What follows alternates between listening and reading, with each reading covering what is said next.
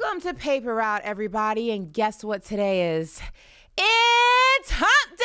Mike. What day is it, Mike? Woo, woo, woo, woo. Look Listen, at my camel. guess what today is? Look at my camel. It's Hump Day. That is my man's right there. He is, listen, that's my guy. That's her man, but she can't even. I'm gonna name him Humpy. Humpy, okay. Humpy, okay. She's been doing this for how many weeks in a row? I'm gonna name him Humpy. You're finally giving him a name? I'm gonna name him Humpy. I'm gonna name him Humpty, like the Digital Underground, the Humpty Dance. I'm gonna name him Humpty instead of Humpy. Okay. All right. So, welcome to Paper Route, everybody. We just finished a very cool sit down with Noah Lyles, who's still in the headlines because the USA fumbled the bag in the FIBA World Cup. So his take has gone viral once again. It's in the news once again. It's circulating once again. Giannis Antetokounmpo recently said that he wishes that he could have stepped in and helped his guy out because a lot of people were misunderstanding what he was trying to say. And when he says people, myself included, I didn't misunderstand. I just didn't agree. Neither did any of his NBA peers. But he said, I wish I would have stepped in and helped my guy out. Brandon, how did you feel about the sit down with Noah? Ashley, getting goosebumps, thinking about it. Best interview an athlete I've ever sat down with. And it's not even athlete. Like, I've had opportunities to interview, the CEO or the president of NASCAR. So that was like a crossover for me. I had an opportunity to sit down with, the CMO of Gatorade. So it's not like all athletes. And I've had a couple of other opportunities as well. And one of the things that I always get when I travel is, yo, B, I love the platform, love I Am Athlete. Who was your favorite interview? Mm-hmm. And it's really hard for me to answer that. It's like, was it Lil Wayne? Was it Cam Newton? Was it Rick Ross? Was it Kyrie? Was it AB? Like, which one is it? And so it's been extremely hard for me to, tell people my answer, but now it's clear and it's not even close.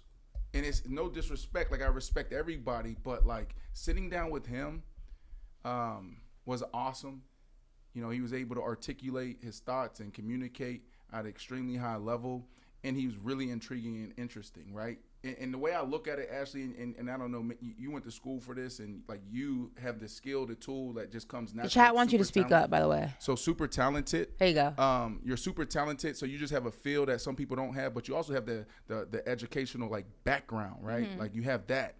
For me, when I sit down with people, because it's all gut and it's like my experience of just being out there in real time, it's like when they say something, you're listening. Like the great interviewers are somebody who's great listeners. Mm-hmm. And so you're listening, and then that can determine if you go left or right. Sometimes you have to get off script, and you have to peel back layers. That was happening after every question. I'm asking one question, I'm thinking I'm going this way, and then he takes me a whole nother direction. He brings up mental health, and then he brings up business, then he brings up fashion. And it's like, holy shit, we got to unpack this.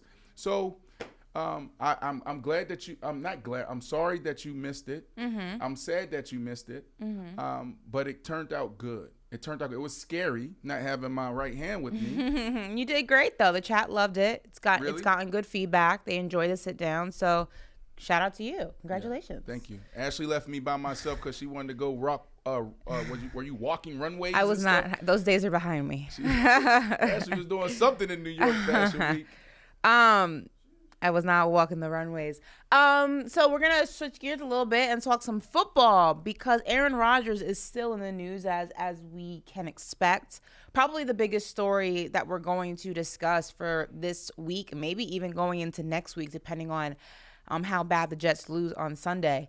Because they will lose. Why? Because they're facing my Dallas Cowboys, and we gonna drag them. Can I sage you real quick? Like, no. What are you talking about? Don't say that. They are going to lose. You want me to say they're going to win? Oh, my God. Why would I say that? It's going to be a good game. It is, because I'm going to walk away with a win. All right, so listen. The NFL wants everyone to stop blaming the turf because in the hours and the days following Aaron Rodgers' devastating torn Achilles injury in the Jets season opener on Monday night, many players once again are coming forward and blaming and calling out the NFL to install grass at each and every stadium versus artificial turf. However, the NFL says pump the brakes when blaming turf for injuries because per NFL Network's Judy Batista, Jeff Miller, an NFL executive overseeing health and safety, said on a conference call on Tuesday, so yesterday, that there is, quote, no statistical difference in injury data going back to 2015 for Achilles injuries suffered on natural grass. He also pointed out that there were 2 Achilles tendon injuries in week 1. One being Aaron Rodgers, who obviously suffered his on turf, but the other being Baltimore Ravens running back J.K. Dobbins, who tore his Achilles on grass. Now, we mentioned David Bacardi's tweet. That tweet, I think we can go ahead and throw that on the screen. He tweeted this out, I believe, just minutes or maybe hours after the Aaron Rodgers situation. And he said, congrats, NFL. How many more players have to get hurt on artificial turf? You care more about soccer players than us. You plan to remove all official turf for the World Cup coming up. So clearly it's feasible. I'm sick of this. Do better. Also, Randall Cobb, a wide receiver for the Jets, obviously has a great relationship with Aaron Rodgers. They played together in Green Bay. Gave this statement via Diana Rossini and said, quote, we wanted the NFL to protect the players with grass fields, but the NFL is more worried about making money.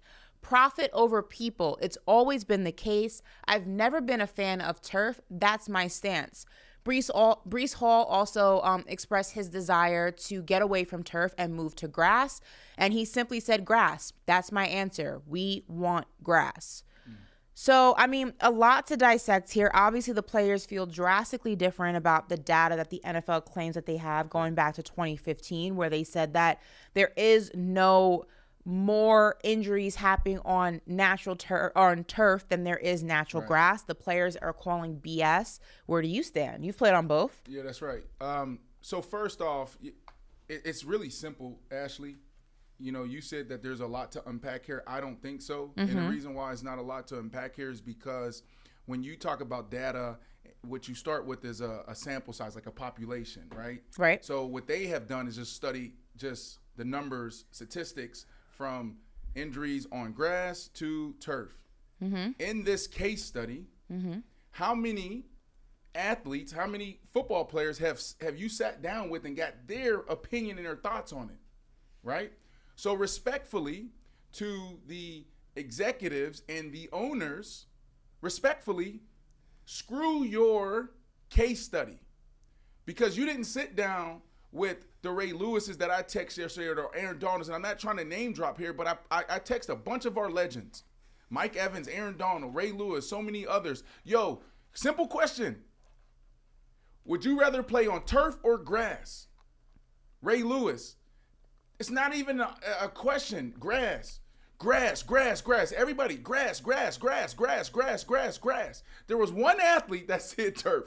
Out of all the guys that I said, there was one that said turf because he said he goes faster on turf. And Ashley, your players have spoken. Your people have spoken. They've been speaking for years. For years, we've been having this conversation. When I was playing ball, we got to go in the indoor facility because it's raining outside. So now we go from the natural surface and grass, and now we got to go in the indoor. Now you have the artificial surface. Veterans, we ain't playing. We not practicing. This has been happening for 10, 15 years in the NFL. Why? Because your joints are achy. The recovery process is longer. So forget just the ACLs, the Achilles, the ankles, and all the other things that you sustain while playing on turf. We're just talking about just the recovery process. Like, you're literally playing on concrete. Right. So right beneath that, we're talking about 1 inch or 2 inches of just some plastic and some rubber. You're playing on concrete. Imagine playing football on a basketball court. I jump up. Okay, oh my goodness. Tyreek Hill, you have a 42-inch vertical. Oh, do you see Justin Jefferson, how explosive he is and how fast he's running? He's running 24 miles per hour. Tyreek Hill jumps up, 42-inch vertical, but then he got to fall on that turf. Boom. How the hell you think that feel? Justin Jefferson's running 22 miles per hour, and then he stops, he gets hit, boom, and he falls. Falling on concrete. Not even to mention when it rains. then turf is obviously a lot slicker than natural grass. It is a money thing for a lot of the organizations. Obviously, when you have a field with natural grass, it requires upkeep. It requires landscaping, which is another fee. It requires constant attention. It requires just a lot of money to make sure that grass is upkept and is upkept to the point that it is playable. So that is why a lot of teams cut corners by going with turf, which is why a lot of players say that they care more about profit than players. The profit is if you're spending less in upkeep of the field, that's more money that goes into your pocket or more money that goes elsewhere into the organization and can be divvied up elsewhere. So it's unfortunate. Yeah. But that's for people who are unaware. That's the rationale behind this. Let me paint this picture. The picture that you just threw out there for us. Mm-hmm. I owned a 12,000 square foot house on 3 acres. Mm-hmm. Bring your mic up a little bit.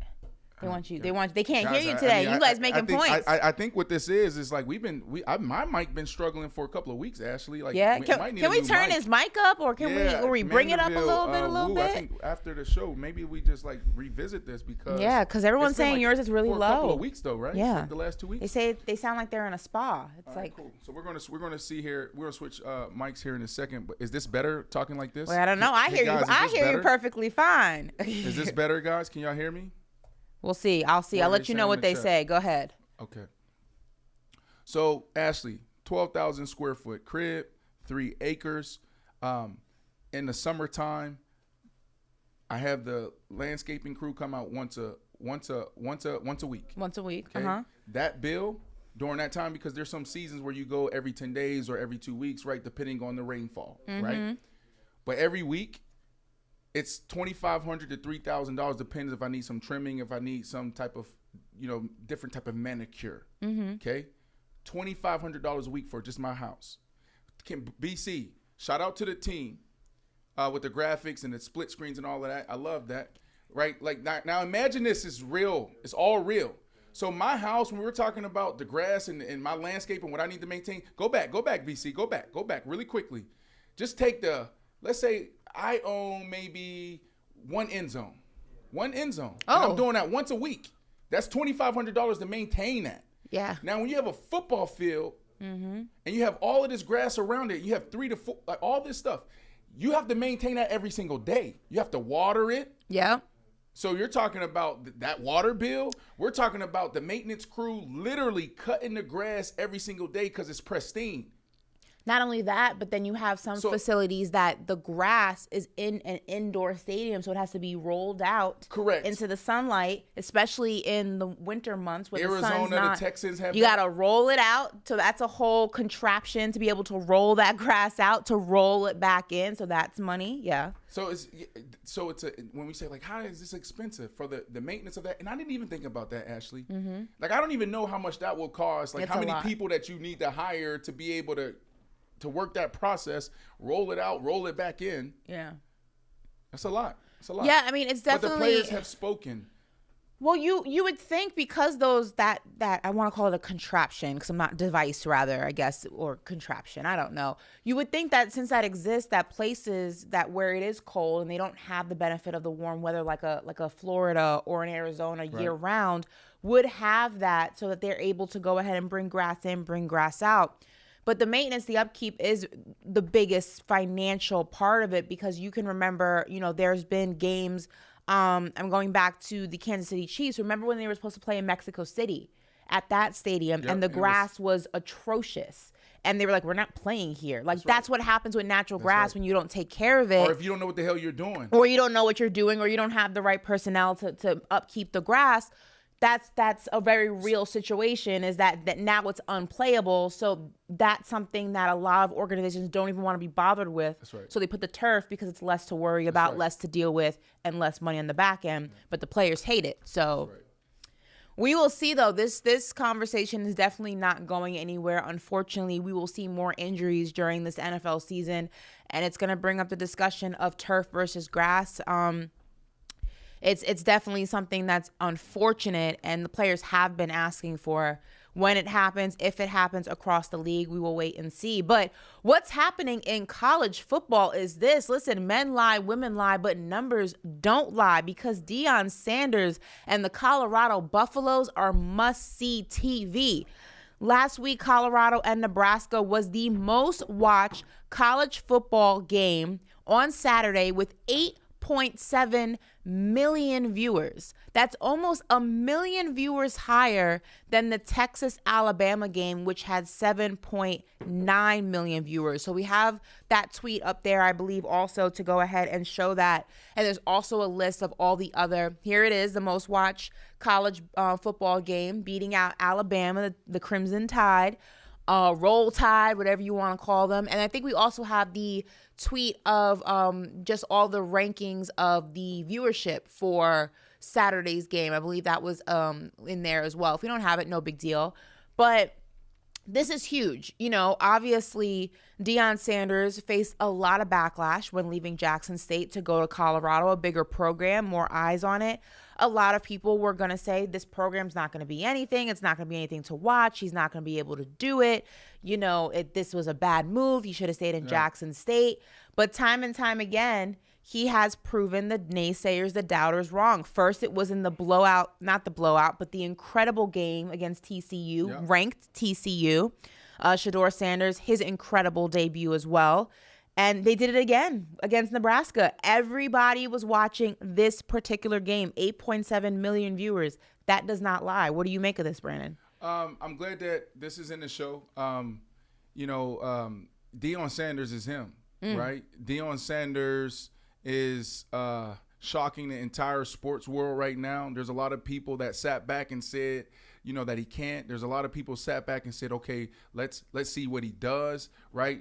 You know, not on either side. And so for him to have this type of success so fast says a lot about the space that we're in, right? And it makes me think about who's next, right?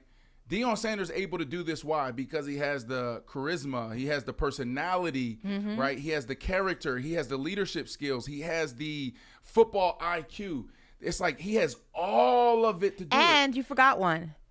Because I feel like people like to overlook this and try to downplay it. He has the talent. He's a very good coach. Okay, but hold on, time out. Okay, yes, but think about that. When it comes to college football, Ashley, it's not even about. I don't even know how these college football coaches do it. It's not even about football. It's about the you politics. are a salesman. No, you got to be the ultimate salesman. That's what you have to be, because you have to recruit every single day.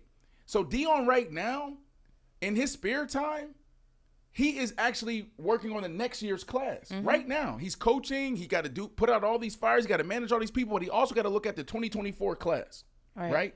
So I say all that because he has those players that you're talking about, right? Because he is the ultimate salesperson. And I mean, he did bring a lot of them with him. That's what I mean, though. He had to go convince them to jump in the transfer portal. He had to convince the ones who were already in the transfer portal to come to Colorado. He keeps saying this. Think about it. Oh, Boulder sells itself. Ash, I lived in Denver for 4 years. I was drafted to the Denver Broncos. I never hung out in Boulder, Colorado. That ain't for us. And his team for real. I mean, they got stuff in Colorado. You like skiing and Actually, I went up to snowboarding. Vail, Colorado for 4 years straight just to get hip surgeries. I ain't know nothing about the mountains. I'm not interested in skiing and snowboarding. It took me till like later in my life to appreciate the mountains. I was like, you do that. You like that. Now I'm into you be it. ditching Super Bowl to go out there. Don't be telling You me. be looking for Brandon. Where's Brandon? He's in Colorado. Okay, sure. Have you been snowboarding? I actually am very excited. Anna, you know my friend Anna. Yes. She is doing her birthday in Did you hear me? what's it called? Inside Breckenridge. Breckenridge, yes. So we're gonna be going out there for her birthday, and my first time in the mountains, skiing, snowboarding, all that stuff. So I'm very excited. Think about that. Like, you want Ashley Nicole? It's the culture. You want Ashley Nicole Moss is not in Boulder, Colorado, right? Less than 1% of their school, their population is minority, right? So like when you're asking a Travis Hunter, this gentleman right here, to come to Colorado, he goes on a visit, Ashley, it's like, I don't know. But then when you go to UF, oh my goodness. and you go to the yard and you see some things there. UF is not. I know, but there's some things there. There's some things there. And it's South Florida. Right. And some of the No, it's not. Gainesville is not South Florida. That's Florida. I mean, that's South Florida. It's Florida. But what I'm saying is some of our top athletes, and I'll get back on track here, some of our top athletes are the best high school football states. And it's not a debate, guys. It's Florida. It's Texas. It's California. You got Georgia. Then you got Pennsylvania. There's some others. But the first couple that I named are what? Warm weather places. It's hard to get the five-star recruits to go to a place where it snows 7 months out of the year. It's hard. Right? So I say that because Deion Sanders saying, oh, yeah, Boulders sells this stuff. He's the ultimate salesperson. That's why he's able to get those 80 players. And so I'm telling you right now, there's no competition. I don't even think Nick Saban's going to be able to compete with Deion Sanders. He's just getting started. Deion Sanders, oh, my goodness, look out college football. For the next 10 years, he can go on a crazy run. And I'm getting goosebumps thinking about it because it's all about the players. And if your football's good, then it's all going to come together. He may go down. He may go down when it's all said and done, depending on how long he stays there. If he stays in the NCAA, Ashley, and don't go to the NFL, he'll go down as the best, the most winningest college football coach. I think that's a big take right there. That's a big take. But listen, I think we also have to look at the other side of this because it's the unfortunate reality. It's something that Nick Saban's never had to deal with. It's something that even Dabo Swinney, where Clemson right now is not nearly what they were at one point. Why is that? Never has to. Why is that? Let's break it down. We are celebrating and uplifting, and a lot of the doubters are eating crow right now based on Deion Sanders and the numbers and the wins.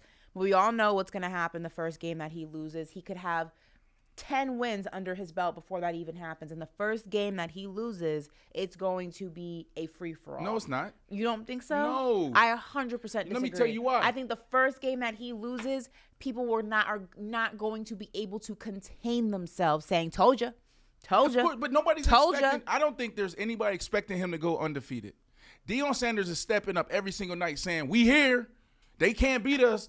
He's creating a mindset within his team, a winning mindset. Every game we're going to win, but you know that you're going to lose some games. And I'm saying that, Ashley, because watch how he responds. All the traits. I think he's going to respond amazingly. Right, yeah. All the traits that we highlighted, and you was like, hey, let's add this one. One of those, that's it, is leadership. So in that moment, how does he rally the troops? How does he respond to the critics? How does he respond to the naysayers in the media? It's going to be another soundbite that he's going to use it to rally more recruits. So I love what Prime's doing. I'm a fan. I've always been a fan of Prime just in general, obviously being a Cowboys fan, just prime time. But I absolutely love what he's doing for Colorado. I told you I'm invested. I'm a fan. I'm watching every game this season. I'm here. Listen, somebody in the chat, Ashley said, we in the trap? Shoot, okay. Someone in the chat said that I think Deion won't be coaching long. That's One of a Kind. What's up, One of a Kind? Appreciate you rocking with Ashley and I here on YouTube, SiriusXM Faction Talk Channel 103 for all of our daytime drivers. But One of a Kind, I think Deion won't be coaching long. I disagree with you. Deion Sanders, he's been doing this. I think he means in college. Okay, well, he got to clarify. Yeah, he means in college. No, you sure? How you know? I think because we were talking about college, and you said that if he doesn't go to the NFL, I think he means that he won't be coaching in college for very long. Okay. Which I think a lot of people are on the same page. I think he will be coaching in college for a few years, but I think the NFL is going to come knocking on his door sooner rather than later. But the NFL's knocked on Nick Saban's door, and they knocked on Spurrier's door. I think Deion has a different level of something to prove and and barriers to knock down. I think Nick Saban is good where he is. I think he's gearing up for that next chapter. Deion, I give him 3 to 5 years in the college system. All right, I just text him. I say, give him Coach, 3 to 5 years. I just text Deion. Oh, that's his daughter. I don't want to text DeAndre. Okay, while you do that, we're gonna. I want to get the answer because I want to see if he responds. Let's see. You do that. We're gonna transition to this one right here. Brayden, did you ever have an incentive bonus in your contracts? Yep. Did you? Okay. Yep. How long did it take you to reach that? 4 years. 4 years to get your incentive bonus? Yeah. All right. Could you imagine hitting yours in game 1, week 1? That would have been beautiful. Well, Jordan Whitehead knows exactly what that feels like because, listen, Jets safety Jordan Whitehead had a $250,000 incentive bonus if he got 3+ interceptions this season. And he cashed in on that bonus after just one game. Yeah, week 1, he hit those 3+ interceptions. He is a very happy man, $250,000 richer.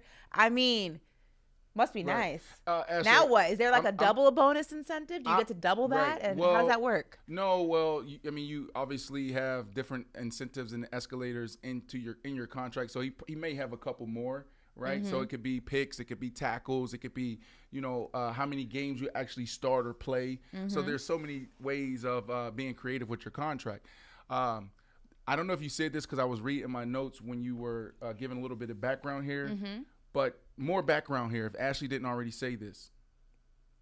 This kid, he's never had a season where he had more than 3 picks. Did you say that? I did not, but that's interesting. He's never had a season where he had 3 picks, and he had it in one game. And I think the last person to do this, maybe Woo, you can look this up for me. I think it was Ty Law. Maybe Ty Law was the last one to have 3 picks, and that might have been like 2015 or something. 3 picks in an NFL game. That is extremely hard. I think it is. There's Asante Samuel Jr. as well. He had a big game last year, I think, in the playoffs, and he may have had a multi-pick game. Could have been 3. We'll see. But this is big. Shout out to him. And I wish he was on the show right now. And it'd be like, my first question would be like, what are you going to do with it? It's like, are you just going to? It's like Disney World. Because some guys look at bonuses and incentives as play money, right? It's like, look, I got my base, I'm not touching that. But this stuff right here, off the field money, or if this bonus comes in, I hit this incentive, I go buy that car. I'll go buy that Lambo. I'll go buy mom's a crib, right? So that's the question I would have for him is like, are you just looking at this as like, I'm putting that into my savings account, keeping it, or is this play money? Yeah. Right? What would you do? If you hit this incentive? Keeping it. It's keeping it's not play money? I would take a little bit. I maybe take $50K and play with it. I'd take $50K, play with it, maybe a little. You know what I mean? What would you do with the $50K? I would go shopping, buy some bags, some all clothes. $50K on bags? Can you spend $50K in one day on Jewels. bags? Could I? Yeah. Absolutely. Should I? Would I be allowed to? I don't know. You got to think about it. That's like 4 Birkins. Yeah, I know.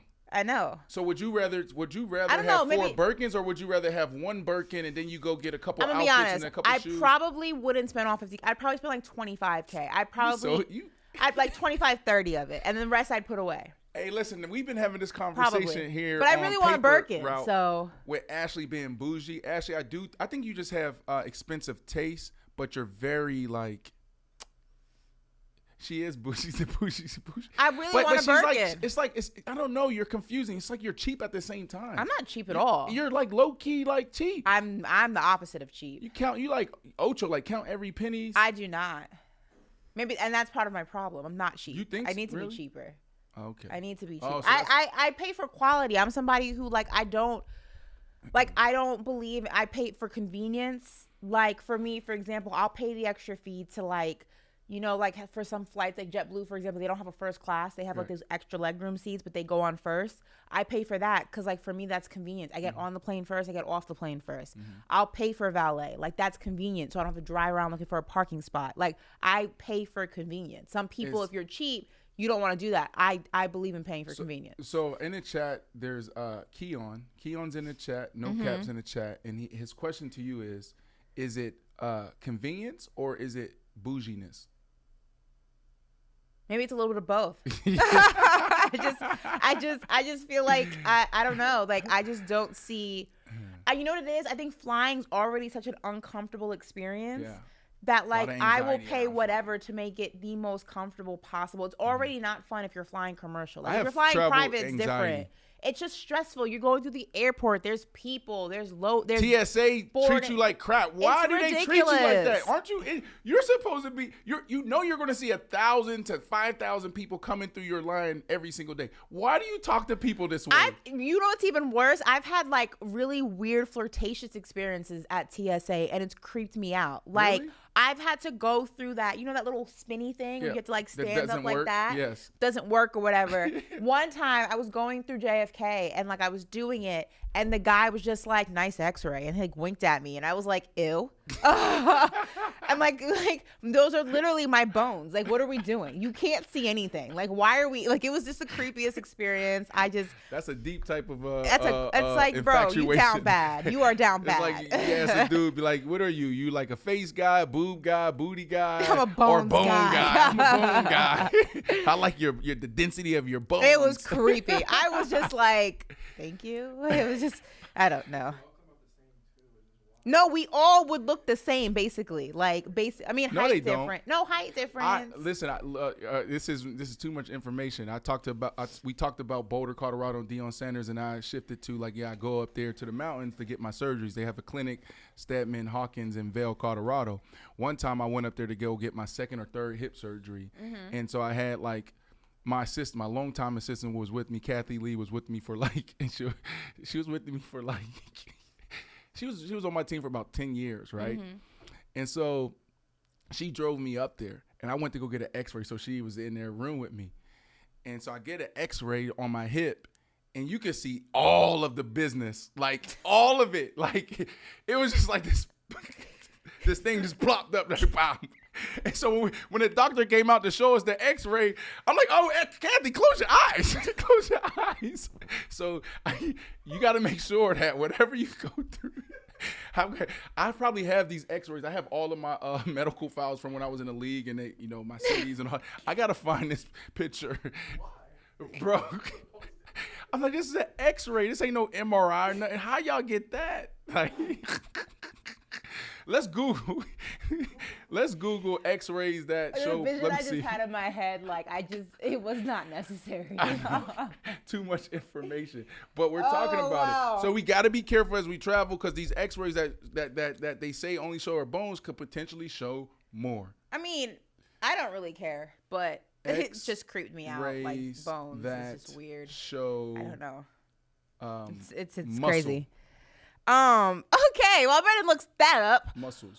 We're going to discuss Tom Brady because, listen, the 7-time Super Bowl champion, there is clearly nothing he can't do because a video of him at Summit, New York is going viral on social media because it shows Tom Brady in the gym getting shots up, but he has the absolutely perfect form. Look at his form. It's perfect. Let me see. Woo! Yeah. It is like Klay Thompson perfection. That's his son? That's his son. Got a shot too. His son has a nice shot also, but look at Brady's form. Yeah. What can't this man do? It's unbelievable. He is a walking bucket. His son, that was a nice step back by his son. I'm not surprised here. Look at Brady. Ashley, I'm not surprised here. Remember the video that went viral a couple years ago in the Bahamas? With Michael Jordan and Tom Brady playing against, so it was 2-on-2 and they were playing in the Bahamas against somebody. Yes. So he looked good then. So I'm not surprised that he has this type of form. Damn. You think he's thinking about? He's a walking bucket. He looks like prime Klay Thompson. You think he might play for Team USA, help out a little bit? No, he's not going to play for Team USA to help out a little bit. They need help. It's actually very impressive. Like his form is absolutely incredible. It's perfection. It's crazy. Listen, guys, we have one more story for the audio portion of our show, but since there's so many of you hanging out with us today, we can finish out, the rest of the stories that we have here on video. So if you hear us ending the show, it's just we're ending it on audio. We're not ending it on video, so stick around, hang out with us. But listen, we have one more topic rather to discuss, and Shannon Sharpe can't seem to get his ex off his mind because he's having a little bit of a hard time calling Stephen A by his name. Listen, as you know, he is no longer with Skip Bayless on Undisputed. That was 6.5 years of his life being across the table from Skip, and he can't seem to stop calling Stephen A. Smith Skip Bayless. Listen to this. I agree with everything you just said, and he needs to stay his ass off social media because here's the thing, Skip. Steve, bang! It's all right. It's okay, my man. It's all right. 7 years, bro. It's okay. Don't listen. Don't worry about the troll. Steve, don't break that bracelet, though. That's what I'm more concerned about. Stephen A., it's all right, baby. He basically said that he's in a conversation talking about Kadarius Toney and how he was trolling the Giants after the loss, and midway through his point, he goes, "Listen, Skip," and he bangs the table and he says, "Damn it!" And listen, this is not the first time he did this. After his debut on First Take, he called Skip. I'm sorry, I just did it. He called Stephen A. Smith Skip Bayless on his first day, to the point that Stephen A. showed up the next day with a name tag on and said, "Hi, my name is Stephen A," to help his guy out. Listen, Stephen A. went ahead and put a tweet out and said, "Listen, I don't take personal offense to it. He sat across the table from this guy for 6.5 years. It's muscle memory. It's going to take some getting used to. But this is funny. It's like, it's kind of like, when you're out to dinner and you call a girl by the wrong name, or you're in an argument and you call her by the ex name, or I've done that before. It's not funny. I've done that. It's not funny. We keep talking about CTE and checking some brains, but oh, come on. Hey, I'm just saying. We've all called somebody by the wrong name. Ashley, when I saw this go viral yesterday, I'm just reading it. I'm like, oh, somebody reposting what happened like the first day, the second day that he was on the show. Because then after that, Stephen A. start playing into it. And you see the time he wore the name tag? Mm-hmm. Yes, I said that. Okay, you just said he wore the name tag. And then this happens again. So I'm thinking this is old news. I'm not thinking this happened yesterday or this week. No, it happened the day before. Okay, can we please MRI this guy's brain? Oh, come on, Brandon. What do you mean? How many weeks have they been doing this? 3 weeks, and you're still doing it? I think that's a little extreme. It's just muscle memory. You're accustomed to calling somebody the same name for 6.5 years in a very particular environment, a debate type environment. Look, it's not like he does it every. The man had to wear a name tag, Ashley. Oh my! It was a joke. Come on, Brandon. That's not. Do you think so? Do you think he could potentially just be playing into it? I think that he doesn't do it every single show. He doesn't do it every single segment. I think certain things it's a slip. It's a habit, and it's gonna be hard to break. It's not gonna happen in 3 weeks. He's doing a decent job at not calling him Skip. He does it here or there, but let's just get the test done. Let's just Brandon, the X-ray. Remember we talked about X-rays? Maybe the X-ray can see what's going on. Remember I talked about the X-ray. I Googled like some of these pictures. Oh my God. This ain't me, but I'm just saying, like, I told you X-rays, you better be careful on them X-ray machines. I don't have any of that, so I don't think that's anything you're gonna see on the X-ray. I'm telling you, the X-rays, boy, you gotta be careful. Oh my God. Take Shannon Sharpe through the X-ray machine. See what's going on. Stop calling them Skip. That's not cool. I do it. We do it with my dog sometimes. What? We had a yellow lab, Kobe, for 14 years, and when we got Cooper, because they act so similar, sometimes when we're like telling him to like chill and calm down, or asking if he's hungry, wants to go out, we sometimes slip up and call him Kobe. It happens. So because they're so similar in their mannerisms. I understand that. When you intro this news, you said that keep calling him his ex's name. Yeah, like his ex. Have you ever done that before? Call someone you're dating another? Yes. You've done. I have. That's crazy. And because the names have been similar, Did they know that was your ex? You know what though? I've stopped myself mid name, but like I've gotten close, and I've done it to the point where telling the story to other people, I've called the person by. I've done that before. Like if anyone did it to me, it'd be a problem. That's but one I've of the done worst that. situations. I've done that. Have I done it? Woo! Nah. I've done it. I mean, I was like off market for a long time, so I've done it. It's you know what I'm saying? It's spicy. Listen, we are going to go ahead and end the audio portion of our show, but thank you guys so much for listening to us on Sirius XM Faction Talk 103. If you're hanging out on YouTube, make sure you stay with us. We have some more cool topics to discuss. And if you're listening on audio, no worries. You can catch this live stream later on. But thank you so much for listening to this edition of Paper Out. We hope you enjoyed it, and we will see you tomorrow. All right, guys, so we are back. Audio's done. Video is all we have now. So we are going to transition into some more football now that we are done with talking about exes and calling them by the wrong name. I will say this though, if anyone did that to me, all hell would break loose. Is it over? Oh my, I would. Oh my God. Could you overcome that? Is that a deal breaker for you?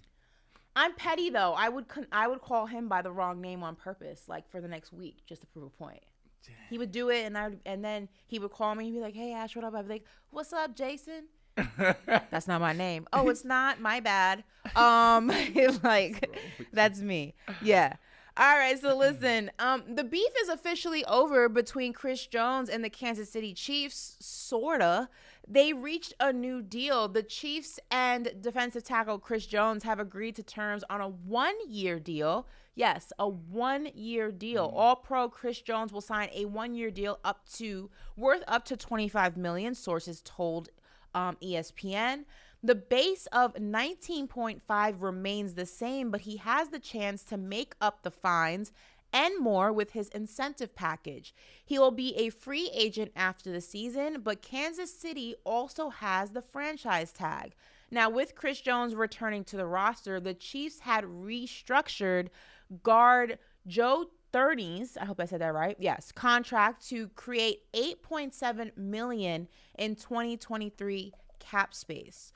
So, Brand, this is interesting because Chris Jones was looking for a deal similar to Aaron Donald's. Yeah. I was under the impression he was looking for a long-term deal. This is just a 1-year deal. Kansas City has the franchise tag. I know he's getting paid what he wanted yearly for this 1 year, but for the long term, it seems like this is not really a win. I could be wrong. Yeah, it's not. It's not a win. Okay. But it is it's a compromise. Okay, and it can come out to be a huge win if he comes back and he's the Chris Jones that we've seen the last few years. The reason why I say it's not a win right now, and there's a lot of uncertainty around here, around this deal, is because he's 29 years old. Okay, it's hard for any football player to sustain the level of success he's had at that position, all right, into your mid-30s. So I say that because next year you'll obviously be 30 years of age, right? Let's see, when is his birthday? July. So going into next year, he'll be 30. They look at you differently, okay? So now they're still going to look at a short-term deal. They're not going to give you a mega deal. So you're going to be on probably a 3-year deal with only 2 years guaranteed, right? In this moment, you could have gotten a 4 or 5 year deal at the age of 29. But if he goes out there and he balls out this year, he'll still have the leverage, right? And he can go out there and get a massive deal. Does he have the leverage if Kansas City has a tag? Well, here's the thing now. Are they going to play this again? Maybe that's like the conversation that they had internally that, you know, it's not on paper. Similar to Maury and James Harden, handshake agreement. Hey, look, come back, do this, and then I'll give you the long-term deal there. Now James Harden's pissed because you didn't stick to your word. So maybe that happened in this moment, but I can't see, like, why would you do a 1-year deal and not have some type of, you know, conversation or agreement that you're not going to put me in the same position next year? Because Kansas City can easily do that. He goes out there, ball, and say, yo, we're just going to franchise tag you, right? So he lost out, but he played his cards the right way. And Andy Reid and them, they played it the right way, and they're always going to win. He went into the year. You're getting fined. He said, oh, I can afford it. No, that's a big check to cash, Ashley, when, you know, you continue to get fined hundreds of thousands of dollars a week or whatever it is and missing games. You can't do it. Now, we see what the defense looks like without him. Obviously, it's just a 1-week tasting, but I think that was enough for the Kansas City Chiefs to go ahead and make sure that this deal happened. Now, seeing how the Chiefs do this season, and specifically how Chris Jones is just once again a monumental part of the defense, do you think that the Chiefs will go ahead and play the game of attempting to tag him, or if he balls out, has an incredible year, the Chiefs do well, they're going to go ahead and say, we can't go ahead and enter what we entered last time with Chris Jones. Let's go ahead and sign him to a long-term deal.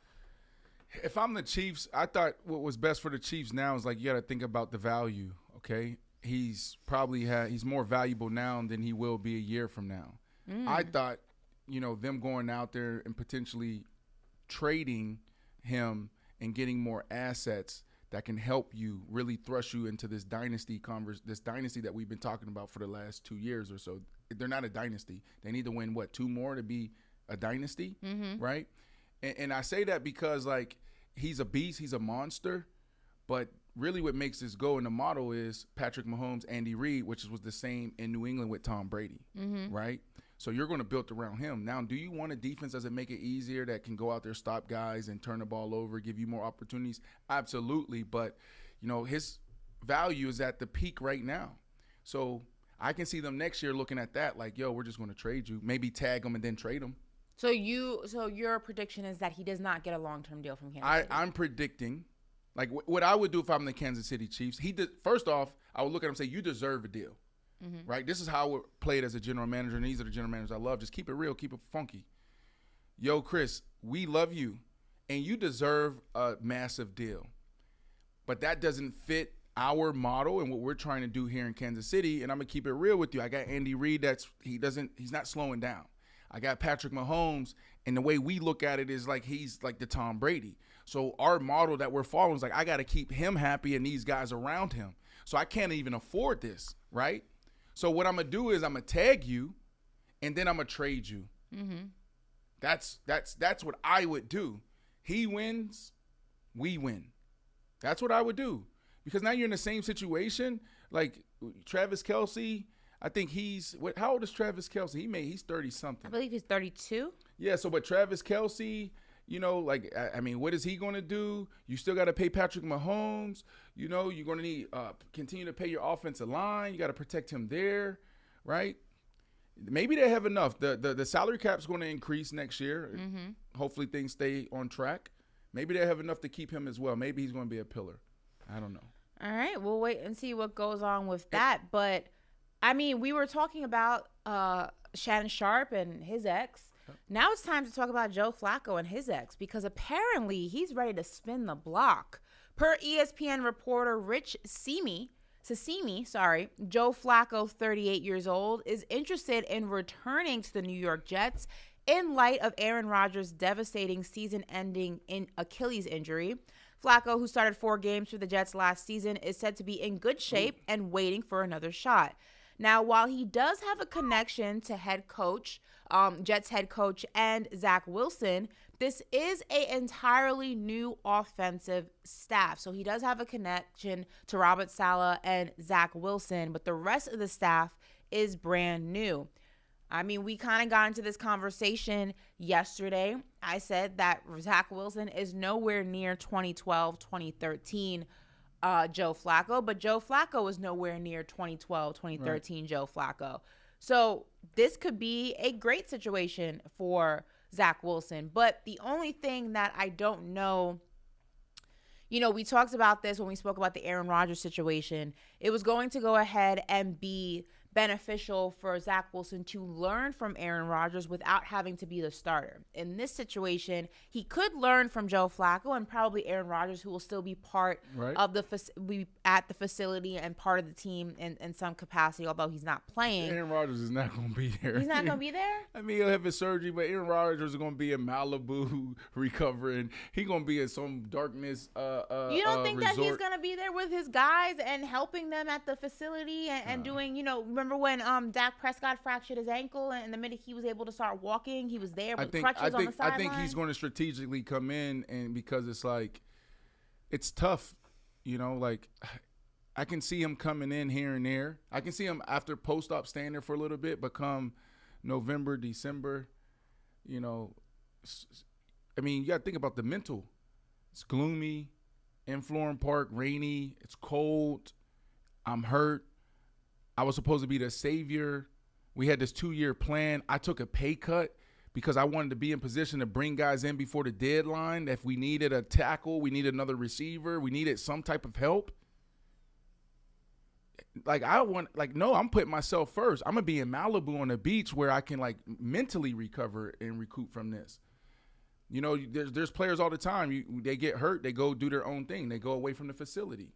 You know, he's in position to have his own physical therapist and team around him to help him recover. So that's what maybe I'm wrong. I don't know.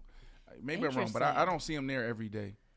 Well, and I don't see him he's not that type of guy. I don't know if he's that type of guy. He's shown that the last 3.5 months, but limping in the facility every day, and it's like, all right, let me make sure Zach has everything he needs. All right, let me make sure that my receivers are good. Those are backups. Those are the guys that think like that are the great backups. That's the Josh McCowns of the world that do that. That's the Ryan Fitzpatricks of the world that does that. Dak did it with Cooper Rush. Yeah, but Dak wasn't out for it. This is a totally different scenario, I'm saying.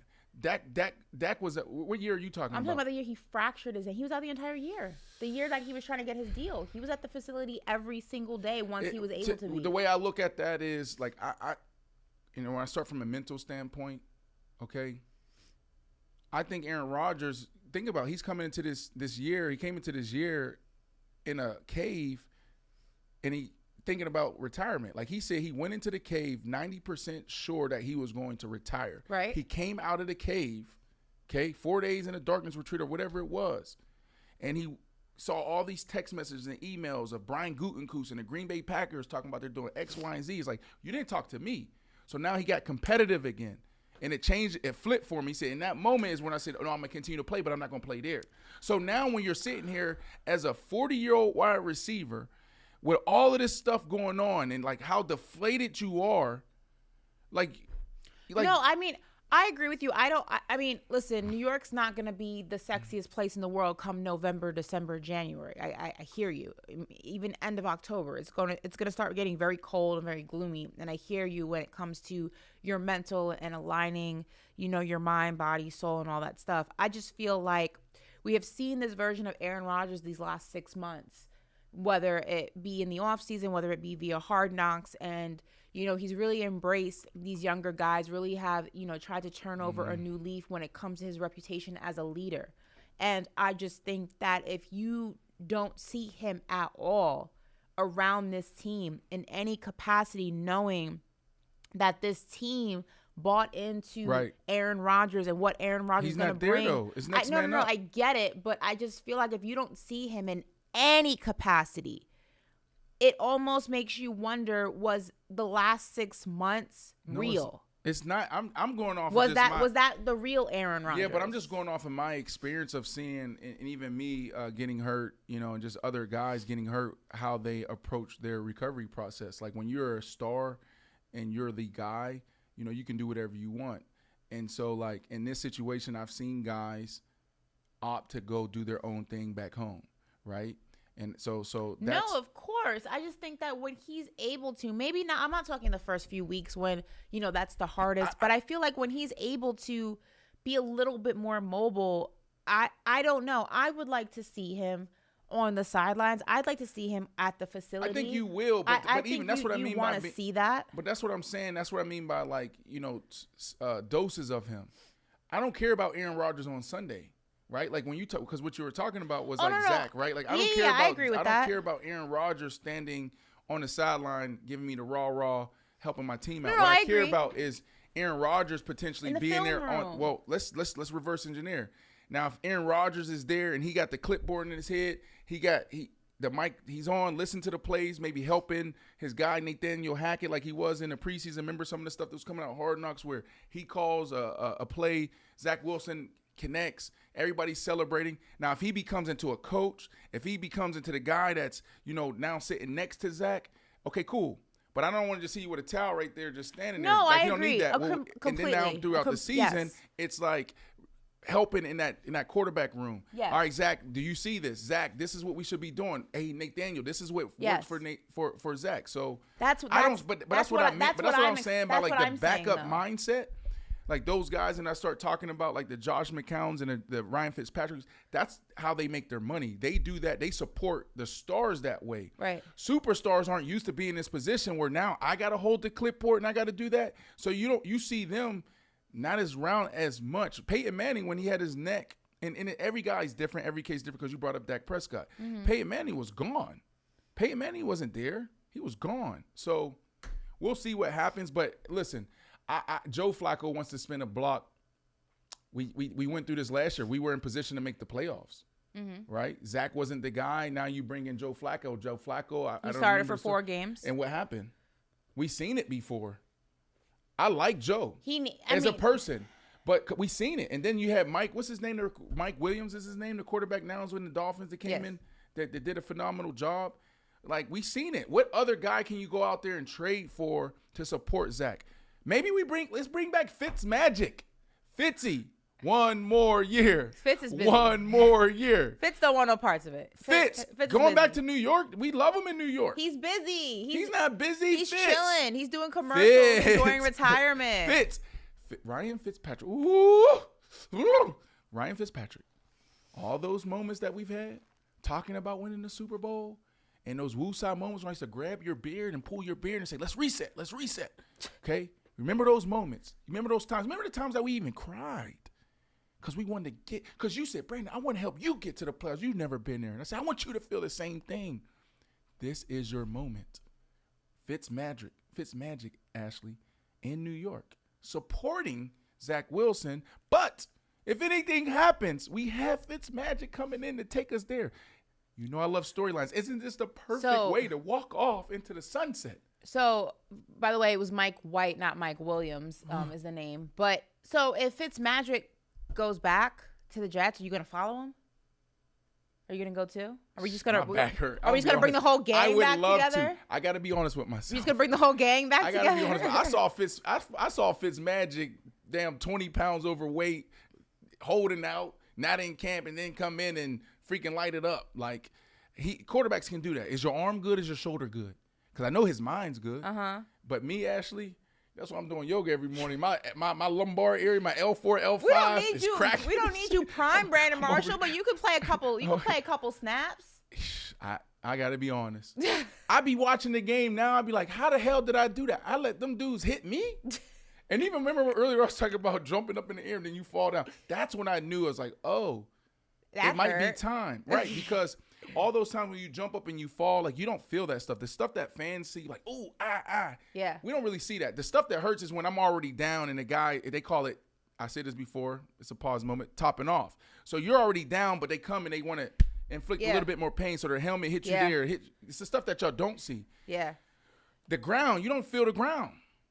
And then one game I went up to catch a ball, a fade route, and I missed it. Then I came down, I hit the ground. Bam, it was in Detroit. And that was the first time in my playing career from little league to the league where I was like, I felt the ground. Ouch. And that hurt. I don't know. And guess what? It was on turf.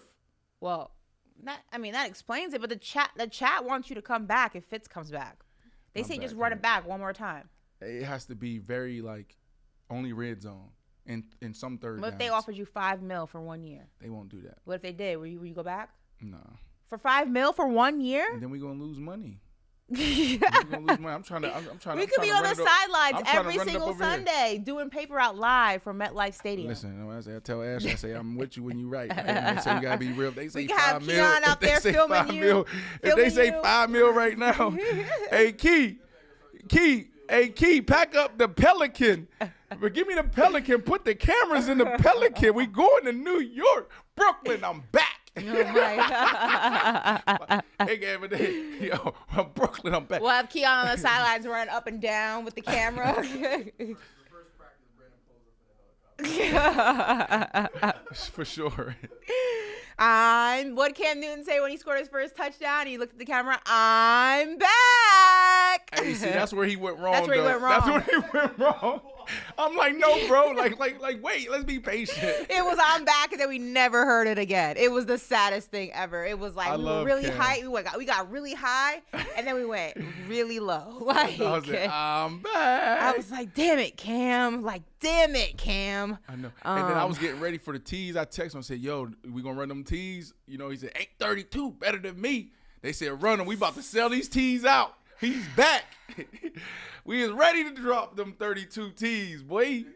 Right. I'm like, oh, Cam. It was fun. Like, can we just talk, though? That was so fun while it lasted. That was a great 60 seconds. We thought he was about to, bro, like, that's my brother. We really thought it was the rising Cam. of the, that we were getting Cam but back. See, the reason why I told, for me, why I'm like, yo, I didn't want to hear the I'm back thing in that moment was because you're asking him to do the impossible. It wasn't like he was going back to the same system or the same coaches and the same players. In the middle of the season, we're saying, Cam Newton, you got a week to get caught up to speed and then help us get back on track and win games. Like they were going for the Linsanity moment or something. Like, come on, that's like once in a lifetime type of deal. Remember the debate we had with Lynn Sanity? Yes, Told you he saved y'all. He didn't. How long was that run? It was a whole year? It was 3 weeks. They made all this hoopla, documentaries about Lynn Sanity. I was debating Ashley. Lynn Sanity, what was I saying? You said it was like half the year. It was 3.5 weeks. But Lynn Sanity was cool because it did also bring, I mean, at that moment in time, it was cool because you saw for the first time, I mean, Madison Square Garden had so many Asian like fans in the stands. Like it really expanded, I feel like, the fan base of the New York Knicks. I mean, he brought in the entire, like from every Asian country you can think of, they were in there waving their flags. It was actually a very cool moment. Everybody was watching, everybody was talking about it. It was short-lived, but I think what it did for the fan base was cool. It just expanded the global reach of it. I would rather have Cam Newton than Joe Flacco. And I'm just saying, like, in today's game, you know, being a dual threat, like, I don't need, like, and it's just make the right decision. Don't turn the ball over. What I would want Cam to do, we run in, we're going to do our screen game, we got a run game, and also, look, we got these dogs outside, and what did I say, Ashley? What's the motto? The Eagles are the motto. I just feel like having Cam Newton as the backup does nothing for Zach Wilson. He's never going to be what Cam Newton was. It ain't about Zach Wilson. But right how now. does Cam Newton even mold a quarterback like With Joe Flacco and Zach Wilson are more that. similar in game than Cam Newton and Zach Wilson. Like, Zach Wilson will never be Cam Newton. But it ain't about that, Ashley. It's not about Zach Wilson no more. We know what Zach Wilson is. We know what Zach Wilson is. Now it's on Zach Wilson to redefine that for us or show us something different. Are you the guy that we drafted you to be, the face of this franchise that got the moxie, the flair, the freaking the swagger, the playmaking ability to lead this franchise for 10 years? We don't know. This is his opportunity. I'm telling you right now, I always say look in the player's eyes. During the game, look in his eyes, I'm like, this ain't it. He's not confident. You can't play tight. You can't play tight. After the game, I saw it. After the game, right? And so maybe we'll see something different. After the game, he's like, I saw the fire in his eyes slapping his teammates. I want to see that show up, all right? I want to see that show up on game day. I want to see that show up in playoffs, right? So I'm saying all that to say this, Ashley. It's not about the development of Zach Wilson. They're in Super Bowl mode.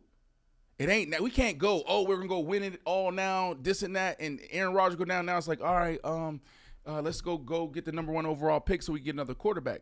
Now, do we know it's harder? Absolutely. But it's like, Zach, come on, we can still get this done, right? And so I say that because that backup quarterback that you bring in, what you're looking at is if Zach Wilson go down, can this guy play and sustain, right? Can we have that Nick Foles type moment when Carson Wentz went down having a freaking 2018 having a MVP campaign. He was going to win it. Tear his ACL on Sunday Night Football. Then Nick Foles come in and they don't miss a beat. They actually get better. Can we have that? And I don't think Joe Flacco is going to do that. Or if he doesn't look well, who can come in to be that? So. Right. Well, we shall see what the Jets end up doing. But right now, as expected, Zach Wilson is the starter. And they go ahead and are preparing right now. They go ahead and face off my Dallas Cowboys, 4:25 on Sunday. So we will go ahead and see how that looks for them. But I know how it's going to end. Moving on, we have some – what? Go St. Patrick is back. Oh, we know. He was here yesterday. Was he? He was. Yeah. Where the hell was he for like 3 weeks? He's been ghost. Listen, we have some news. Jason Peters is headed to Seattle. 9-time Pro Bowl offensive tackle Jason Peters is signing with the Seahawks after yesterday's visit.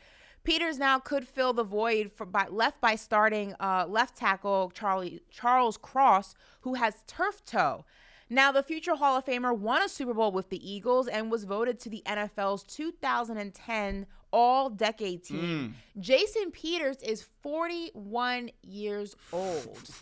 He's been doing this a long time. Brandon? In the trenches. In the trenches. I mean, just don't get it. Like, yo, I love this. You know, chase your dreams.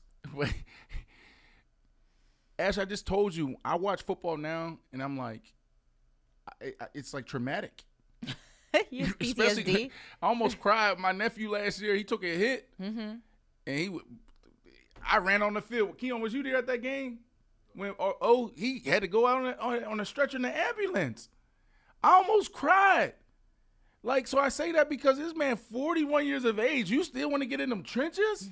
Like, Can he still play? Well, he is signed to the practice squad, but as we know, the practice squad, you can go ahead and get onto the roster, but called up anytime. But yeah, he 41 years old.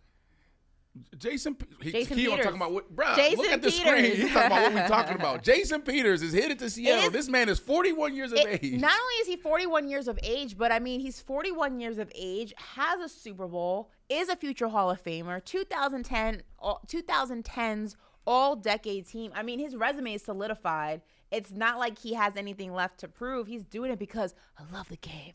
I love the hustle. You know what I mean?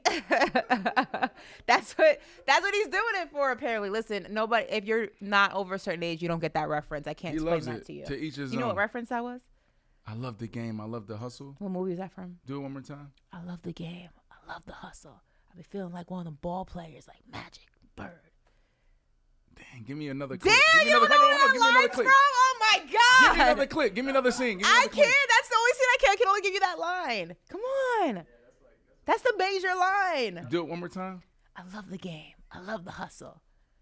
I could leave the game, but they still gonna love me, man. Come on. How do you not? Any given Sunday? No. What is it? The Little Giants? Like what? No. It's not Boys in the Hood. Get out of here. Oh my God. What is it? It's Money Making Mitch from Paid in Full. Oh, Paid in Full. Oh yeah. Damn.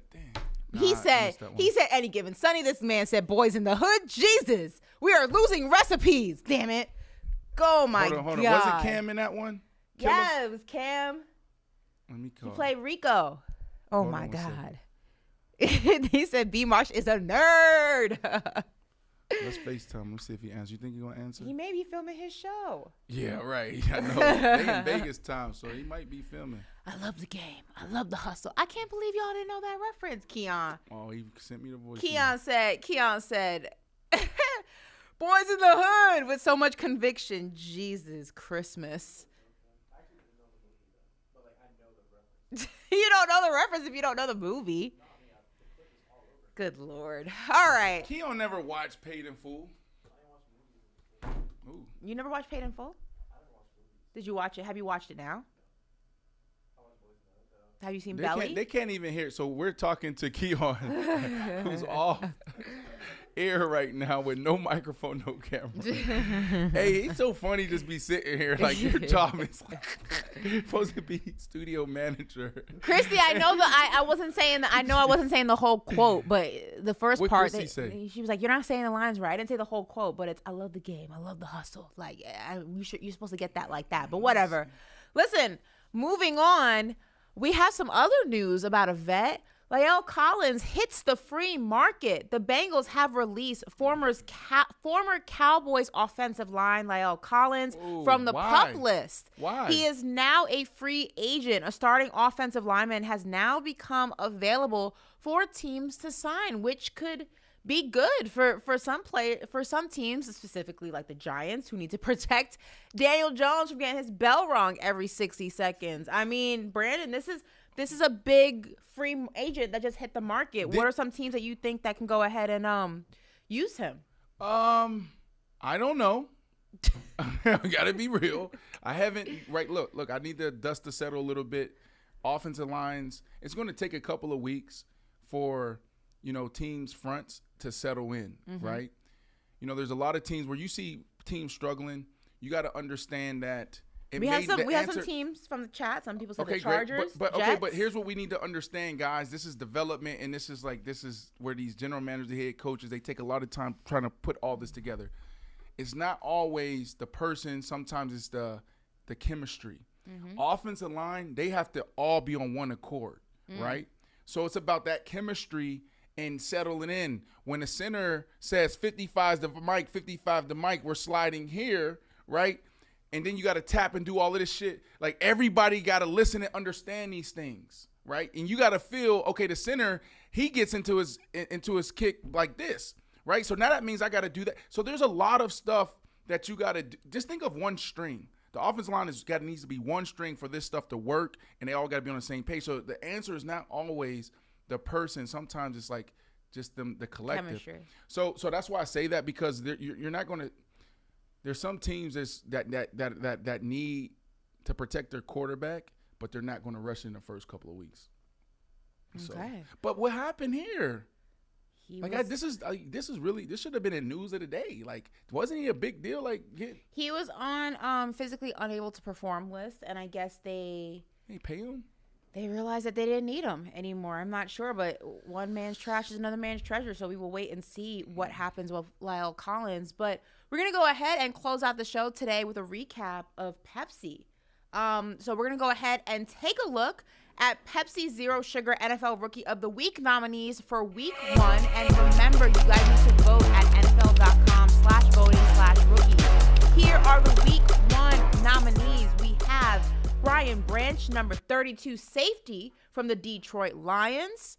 We have Bijan Robinson, number 7 running back from the Atlanta Falcons. We have Anthony Richardson, number 5 quarterback from the Indianapolis Colts. We have Puka Nacua, number 17 wide receiver from the Los Angeles Rams. We have Zay Flowers, wide receiver, number 4 from the Baltimore Ravens, who we were able to speak to yesterday. And lastly, we have Xavier Gipson, number 82, wide receiver from the New York Jets. Brandon, we spoke to Zay Flowers yesterday. Yep. That was a great conversation. Yep. We spoke to him about being nominated in Week 1. Tee it up. Do we have it? Yeah, I mean, listen, for you guys that missed Paper Route yesterday, we had Zay chime in live. It was a really cool conversation, and we do have footage here so you guys can see that if you didn't. All right, so then before we let you go, I like to do a little thing of word association. So I want you to describe this season for the Baltimore Ravens in one word. Ooh. I like that. I say don't blink, because we coming with everything, every game, and in the playoffs we still not gonna blink, because we gonna be there. Ooh.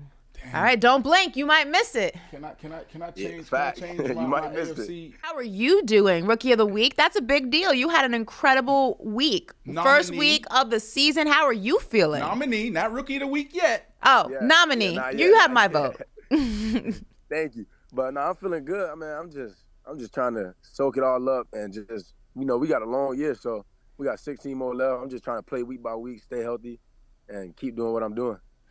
Is that a dream of yours or a goal of yours to be the Rookie of the Year? Is that something that you thought about? Oh, absolutely. Yeah, that's what I think about. Like, that was one of my goals I wrote down at the beginning of the season. But what I wrote before that was, we going to the Super Bowl, go win the Super Bowl, help your team win, do whatever you got to do to help your team win. And then it was like everything about myself, because I know what this organization about. I know what type of team we got, and I know what type of team it take, I feel like, to go win a championship. Because you see Patrick Mahomes, they gave away Tyreek Hill, and they still went and won a championship. And he had receiver 2s, receiver 3s out there catching touchdowns and doing what he had to do to win. And I just feel like that's preparation. And I feel like if we prepare the right way and go practice and do everything we can to help each other succeed, we're going to be in the right spot to help to get everything done. And that's including Rookie of the Year, going to the playoffs and going deep in the playoffs. So listen, voting closes, Ashley, Thursday at 11 a.m. The NFL will announce the Week 1 winner tomorrow at noon. Ooh. So Christy O, go St. Patrick. If you feel your rookie did a good job, make sure you go and vote. And there it is right there on the screen, NFL.com/voting/rookies. Go out there and vote for these gentlemen, these young men.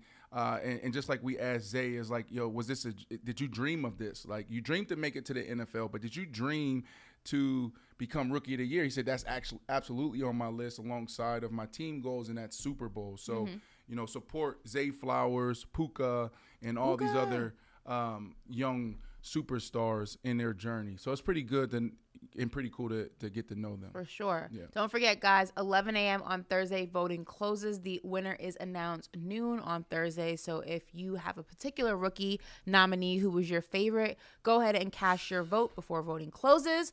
But that's the end of our show today. I just thought about our two early predictions. Deuce Vaughn, he's not even on it. That's okay. Who did you pick to win it? Did you pick your early prediction on who's going to win Rookie of the Year? You did. I did. I have to. Did I pick Zay? I don't know. I think I might have picked a wide. Oh, no. The receiver. The kid from the Chargers. Yes, the one that's right. DeAndre Hopkins. How that did was he my do? pick. He didn't even. He's not on the list either. Okay. That's okay. Well, that's rookie Pepsi. We out. Bye, guys. See you tomorrow.